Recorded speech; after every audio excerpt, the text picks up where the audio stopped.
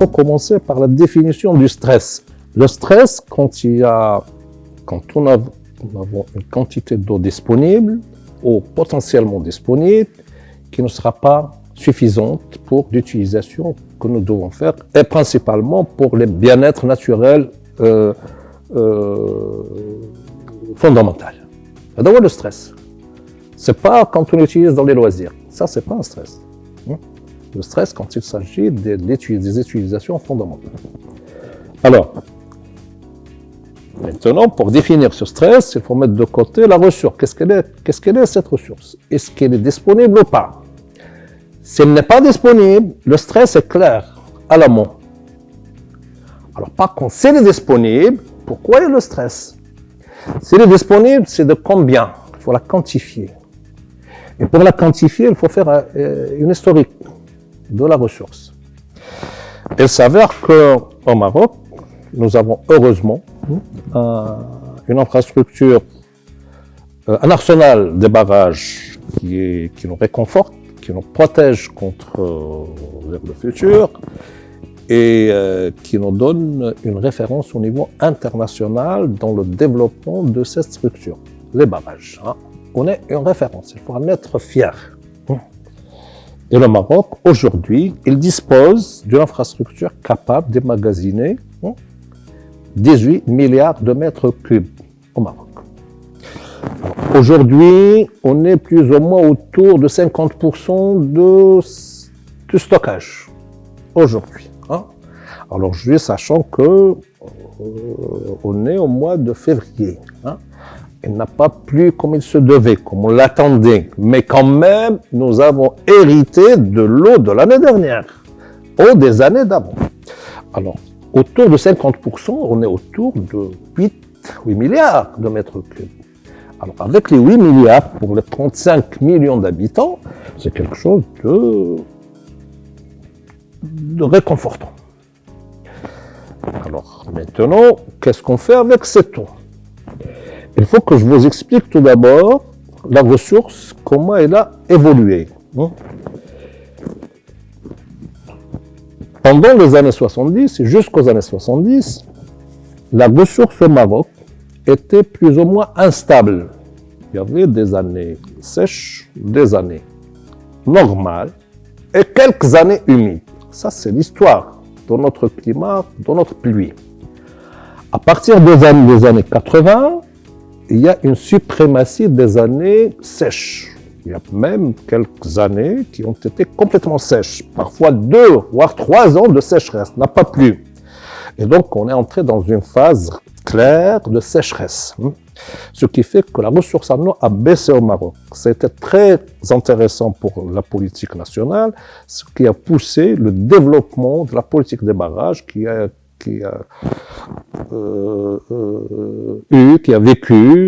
connu un élan extraordinaire qui nous a donné aujourd'hui l'infrastructure dont je vous ai parlé tout à l'heure. Mais ce poids de cette sécheresse des années 80 et 90 est fondamental sur la culture nationale, mais aussi sur l'économie nationale. Ce qui fait que nous avons dans notre histoire, dans notre culture, dans notre aussi politique de gestion, il y a cette peur du manque d'eau. C'est une psychose. D'une manière que les citadins, qui sont plus ou moins loin de l'utilisation fréquente et renforcée de l'eau, ils craignent la sécheresse. Comme si... bon, ça c'est une culture campagnarde, si vous voulez, agricole. Mais quand même, dans une grande ville comme celle de Casablanca, quand il ne pleut pas, les gens ne sont pas contents. Donc, c'est culturel, etc. Alors, il s'avère que cette sécheresse des années 80-90 était l'une des phases du changement climatique. Et je ne vais pas entrer dans les détails.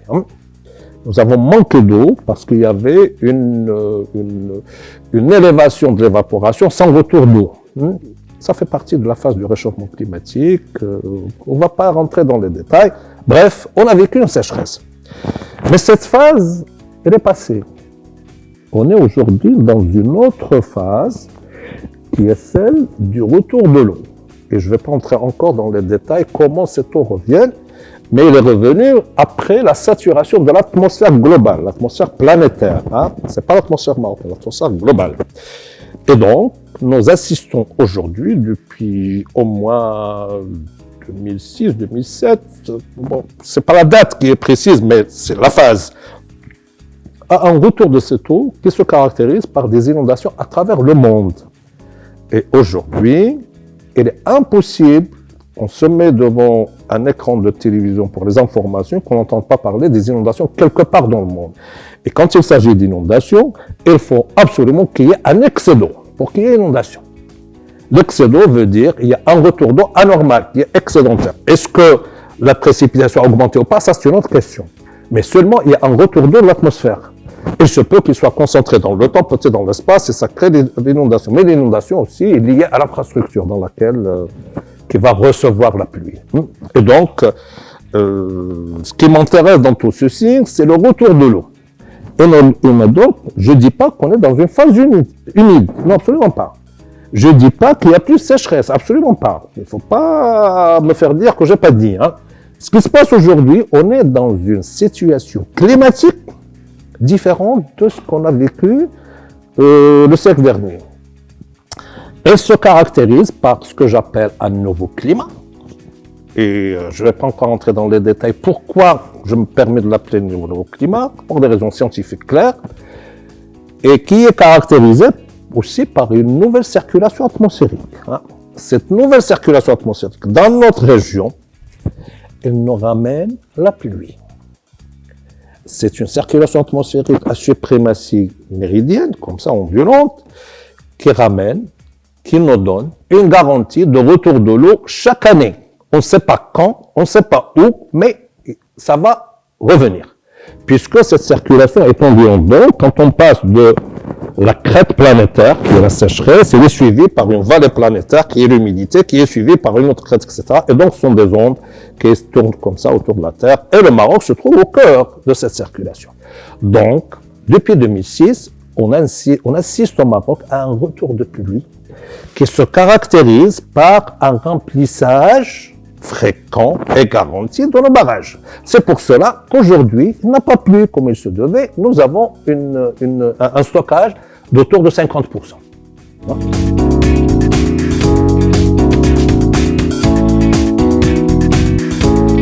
Ça, c'est seulement jusqu'ici, j'essaie de vous parler de la ressource. Et pour vous dire que la ressource devient maintenant, dans cette phase climatique que nous vivons et qu'on va certainement vivre pendant 30 ans dans le futur, le retour de l'eau est garanti par rapport à la phase que nous avons laissée derrière, qui est celle de la sécheresse. Alors maintenant, voilà ce que nous avons. Voilà, l'eau est là. Alors, ce n'est pas suffisant. Le stress ne commence pas que par l'eau. Il faut maintenant voir comment on l'utilise. Alors, les Marocains utilisent cette eau d'une manière un peu, avec une culture un peu, je dirais, scientifiquement, qui n'est pas convenable, qui n'est pas correcte. Hein. C'est que si le ciel nous a donné plus d'eau que les années 80-90, les Marocains consomment beaucoup plus d'eau que ces années passées. Et pour vous donner un exemple simple, pour que tous les Marocains puissent comprendre, si par exemple on avait 5 milliards de mètres cubes de stockage, hein, et qui ne se remplissaient pas, enfin d'outils de stockage, de barrage, mais qui ne se remplissaient pas parce qu'il n'y avait pas de pluie. Hein. Aujourd'hui, nous avons 18 milliards de barrages qui peuvent recevoir 18 milliards. Et nous recevons, aujourd'hui, nous avons 50%, ça veut dire autour de 8 milliards. C'est loin les 5 milliards. Hein. Ça veut dire que nous avons une augmentation de la ressource. Mais de l'autre côté, on utilisait nous auparavant les 5 milliards disponibles et on était dans une situation de stress. Aujourd'hui, nous avons les 8 milliards, mais nous, on utilise 10 milliards. C'est-à-dire qu'on a doublé l'utilisation. Avec ce rythme, on va droit vers le stress. Ce n'est pas par le manque d'eau, mais par la mauvaise utilisation de l'eau. Alors maintenant, on ne va pas encore entrer dans les détails. On fait quoi avec cette eau Est-ce qu'on fait l'agriculture, on fait l'industrie, on fait le tourisme, on fait le ménage, on fait... Je sais. Et ça, ce sont des choix. Et on commence par l'agriculture parce qu'elle est une grande est une activité très consommatrice de l'eau. Maintenant, il faut y réfléchir sérieusement. Si on continue de cette manière, l'agriculture demande de plus en plus d'eau et les instances qui s'occupent de l'administration de l'eau nous disent qu'il n'y a pas d'eau, on ne peut pas continuer dans cette contradiction, c'est pas possible. Il faudrait savoir comment on va regérer cette eau. Si l'agriculture utilisait auparavant 80% de la ressource nationale, qui était plus ou moins de 5 ou 6 milliards d'une manière globale, aujourd'hui, il est plus de ça. Il s'approche de 10 milliards sur une moyenne depuis 2006, n'est-ce pas? Mais l'agriculture, elle utilise aujourd'hui 85% en moyenne nationale de stock disponible. Pas de ce qui était disponible, c'est différent. Ça veut dire qu'en quantité, il y a une grande augmentation. Et donc, sans pour autant que les gens comprennent que je veux pas d'agriculture, c'est pas ça du tout, mais je veux que nous soyons raisonnables vis-à-vis de notre futur. Pour voir, est-ce que l'agriculture mérite tout ceci? Est-ce qu'il a le même retour?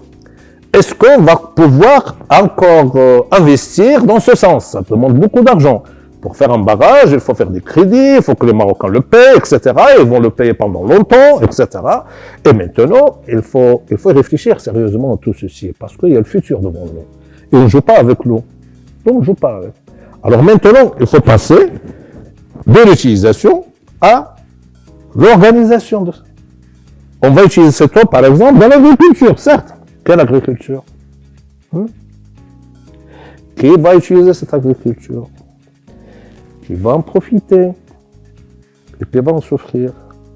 Alors nous avons le cas de la région de Sousse, c'est une référence, c'est les flagrants. Et les flagrants, c'est une région où il n'y a pas d'eau, il ne pleut pas. Alors et quand l'État, dans la fin des années 80, a décidé de développer l'agriculture là-bas, il l'a développé sur des bases qui ne sont pas concevables, ne sont pas acceptables. Sur la nappe phréatique, c'est pas acceptable. Ce qui fait qu'il a déstabilisé toute la région. Principalement les campagnes. Ça crée beaucoup d'exode rural. Ça crée beaucoup de pauvreté. Ça a créé beaucoup de déséquilibre naturel et social. Et après, l'État s'est trouvé contraint de développer des barrages pour répondre à un faux besoin. Eh bien, ça coûte combien tout ceci? Ça coûte beaucoup d'investissement, beaucoup de responsabilités pour l'État, et beaucoup aussi de pression sur le peuple marocain. N'est-ce pas? Ça coûte très cher tout ceci. Et finalement, si ce cas est ce qu'il est, nous avons d'autres cas parfois beaucoup plus exagérés. Regardez ce qui se passe aujourd'hui à Zagoura, pour Dlah. Alors, il est inacceptable dans un pays comme le nôtre qui souffre de manque d'eau. Et puis, sa civilisation, son économie, ses relations, sa stabilité est basée sur l'eau. Il y a des investisseurs qui vont dans le désert pour beaucoup d'eau. Alors, et les gens là-bas n'ont pas besoin de ça. Et comment on appelle ça? La valeur ajoutée de ce produit, c'est quoi? Et sur place, et sur le Maroc. Mais c'est la catastrophe. Et ça, d'ailleurs, les responsables sont avertis de ça. On a parlé souvent de ça.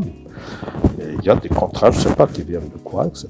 Alors maintenant, il y a des projets qui continuent d'être. Le dernier est le projet royal de l'eau 2020-2027, qui est le bienvenu, qui est très intéressant, qui est très bien, qui va s'ajouter, qui va développer l'infrastructure, que certainement il va démocratiser l'accès à l'eau, principalement l'eau potable, etc. Ce sont des choses très très intéressantes, très importantes, mais il faudrait rattraper le retard que nous avons sur la distribution de l'eau, l'accès à l'eau, surtout dans les campagnes. Si on sort des grandes villes, les campagnes juste à côté, la situation est lamentable. Sur le plan de l'hygiène, sur le plan... Il y a plusieurs niveaux. Et ça, il faut le prendre en considération parce que si la ressource est là, heureusement, Dieu merci que la ressource est là, on la partage avec personne. Le Maroc, il a une grande spécificité que notre eau, elle est la nôtre. ما كتجيناش من عند شي بلاد بالكونترير حنا كنعطيو الجزائر في الكوتي اس دو بيي سور لو فلون اس دو لا بلاس الشيء ديال العين صلاح وديال تندوف وديال هذا الماء ديالو راه كيمشي من عندنا حنا داك الشيء اللي كيجي من الجبل الثلج ديالنا الى اخره. اي دونك il faut de grands efforts sur le plan humain, sur le plan social et sur le plan de la démocratisation de l'accès à l'eau.